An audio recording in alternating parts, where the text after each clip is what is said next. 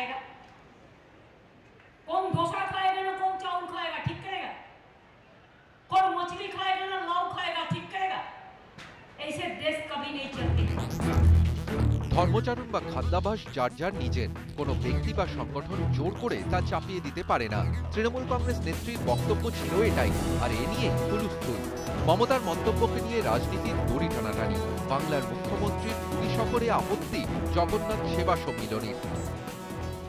2 दिन 3 दिन तलू गर्जी चली जे ब्रीफ खाइबा अपराध नुहे। हिंदू मैंने ब्रीफ खाऊँ, मुझे ब्रीफ खाए। हिंदू कौन मंदिर अण हिंदू कौन मंदिर जीवार अपराध नहीं। हिंदू मुस्लिम भाई भाई तेणु जगन्नाथ मंदिर को आसुवा प्रत्येक व्यक्ति शुद्ध और स्वच्छ भाव में आसती। ब्रीफ खाऊा व्यक्ति को आम श्रीमंदिर पुरी दौना। गणमाध्यम देखा पर विभ्रांत होशावासी पुरीवासी उत्तेजित होती जे ममता संपूर्ण विरोध करा। কারাই জগন্নাথ সেবা সম্মিলনী, পুরীর মন্দিরের সেবায়িতদের সংগঠন।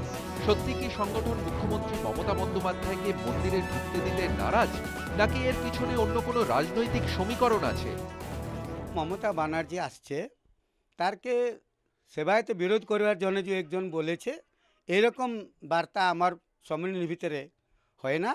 সে যদি বলেছে তার সে নিজস্ব মতো হয়ে পারে, আমার কিছু বিরোধ করবার না।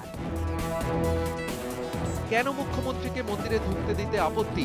বিতর্ক শুরু হতেই চাপে পড়ে যান সেবায়িতদের একাংশ। রণে ভঙ্গ দেন আন্দোলনকারীরা। বিক্ষোভ দেখানোয় এক সেবায়িত সহ 3 জনকে আটক করেছে পুলিশ।